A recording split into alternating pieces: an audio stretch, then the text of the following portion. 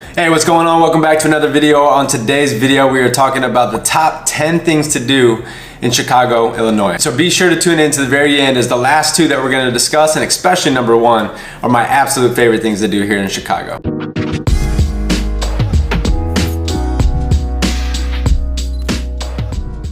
So if this is your first time on the channel, thank you for being here. This channel is dedicated to all things Chicago real estate and all things living and working in Chicago. My name is Jordan Pyle. I run a team called Pyle Residential. We're a team of real estate agents servicing buyers, sellers, and investors in the downtown Chicago market. If you have any questions about buying, selling, or investing in the market, be sure to reach out down low in the description to schedule a real estate strategy call. Our team would love to learn a little bit more about your real estate goals and how we can help. Into the video, I've now lived in Chicago for the last 9 years. Being from Fort Wayne, Indiana, I moved here right out of college, and I put together today 10 of my favorite things to do in the city. Whether you're living here or if you're a tourist, some of these are going to apply to you more if you're a tourist versus if you're living here. But these 10 things, I believe, are things that are must-dos if you're here in Chicago, whether living, relocating, or just visiting. All right, so we're gonna work backwards here. And again, number one is my absolute favorite, but number 10, we're gonna start with the architectural tour. This is actually super cool. And somebody that loves real estate, I have really enjoyed this. I've actually done this twice. I've done this once back with my ex-girlfriend, and I did this once with my parents and my family when they were in town.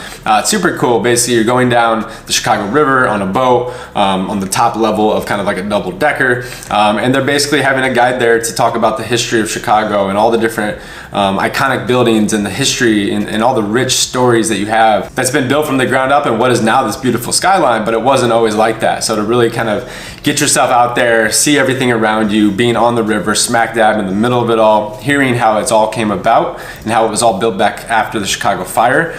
Super, super cool. The number 10 must do is to go on the Chicago architectural tour. All right, the next item on the list, number 9, is the 606. This is also referred to as the Bloomingdale Trail. So this is basically a run, bike, or walk trail that kind of cuts through like the Logan Square and kind of the West Town neighborhoods of Chicago. This was basically the old Bloomingdale rail line, and the city started talking about plans for rejuvenating this space back in the 1990s, and in 2003 they put the plan in motion to bring the 606, which is now what it's coined.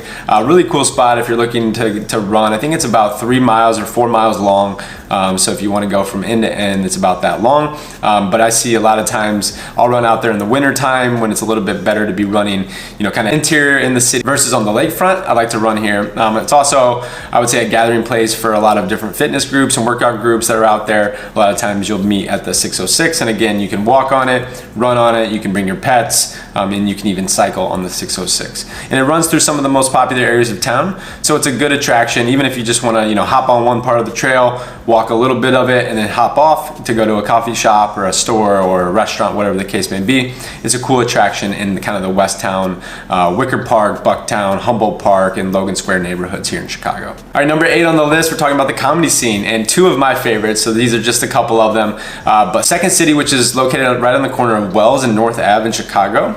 It's one of the historic, famous comedian, basically startup areas. I don't know what you would refer to it as. I'm not a comedian specialist. Some of the biggest comedians you've ever heard of, like John Belushi, Bill Murray, John Candy, and many more. But nowadays, basically, you can go and catch a show. I think it's right around $100 per ticket, maybe between $50 and $125, depending on what type of ticket you actually get. If you get on the rail seat, that is the best seat in the house. So if you're trying to have an extra good time, make sure that you book yourself one of the rail seats. But this is fun. They basically, have a lot of striving comedians that put together these improv shows, various different themes and different programs that they put together. And, if you come during the holidays, they have holiday ones, for example. But a really good time to take a date, or just if you want to go with some friends and organize a group, it is for sure a great time. It's really going to make you laugh.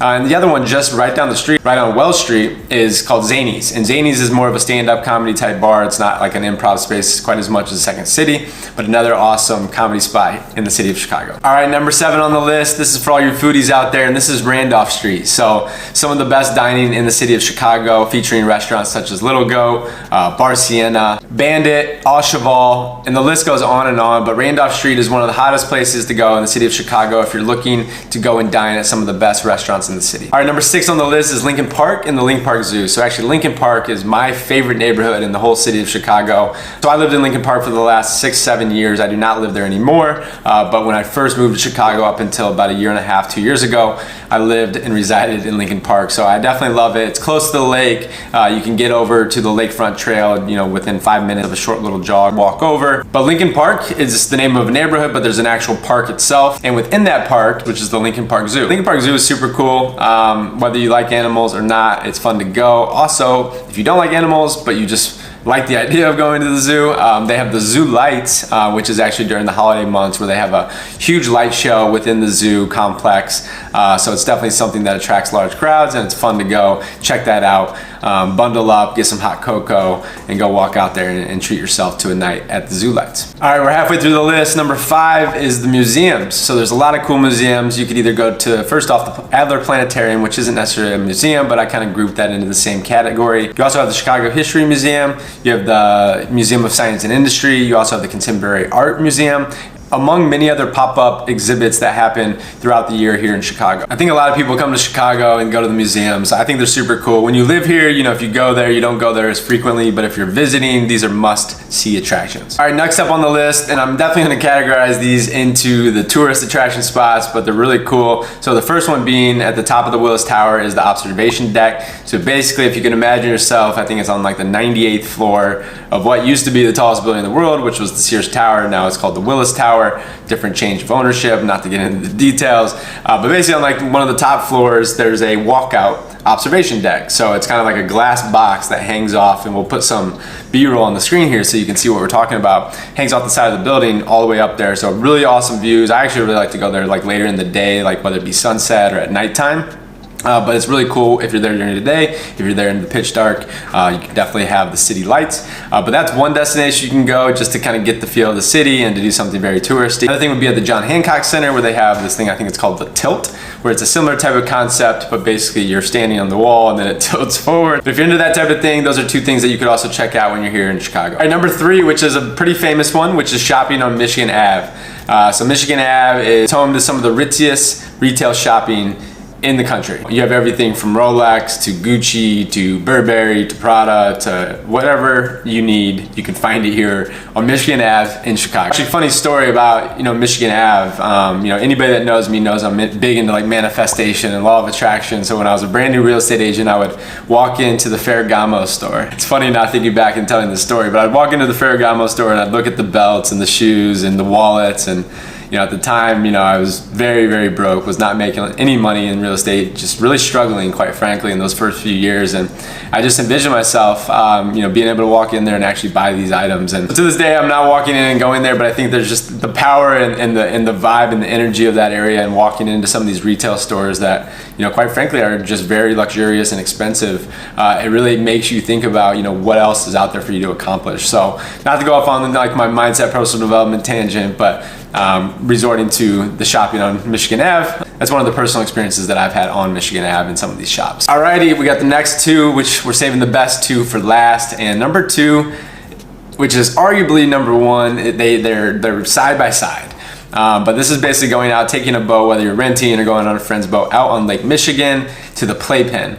So the playpen is the coined term for basically the barrier of where all the boats go during the warm months of the year. They tie up, it's a boating scene, it's fun. You can choose to go out there and just relax, you can booze, you can have a great time out there, but it's just very surreal. Something about being on a boat in Lake Michigan, beautiful weather during the summertime Chicago, looking back at one of the most incredible skylines in the whole entire world, and the beach, all the people that flock to the lakefront for the day. It is one of the most surreal feelings, and if you get the opportunity to get out on the water at the playpen in Chicago, you do not turn that down. That is something that is a bucket list item for sure. All right, now we've made it to number 1. If you've made it this far, I really, really appreciate it. Our goal here is to bring you awesome content, like I said, about the Chicago real estate market, as well as just things to do in Chicago and living and working in Chicago.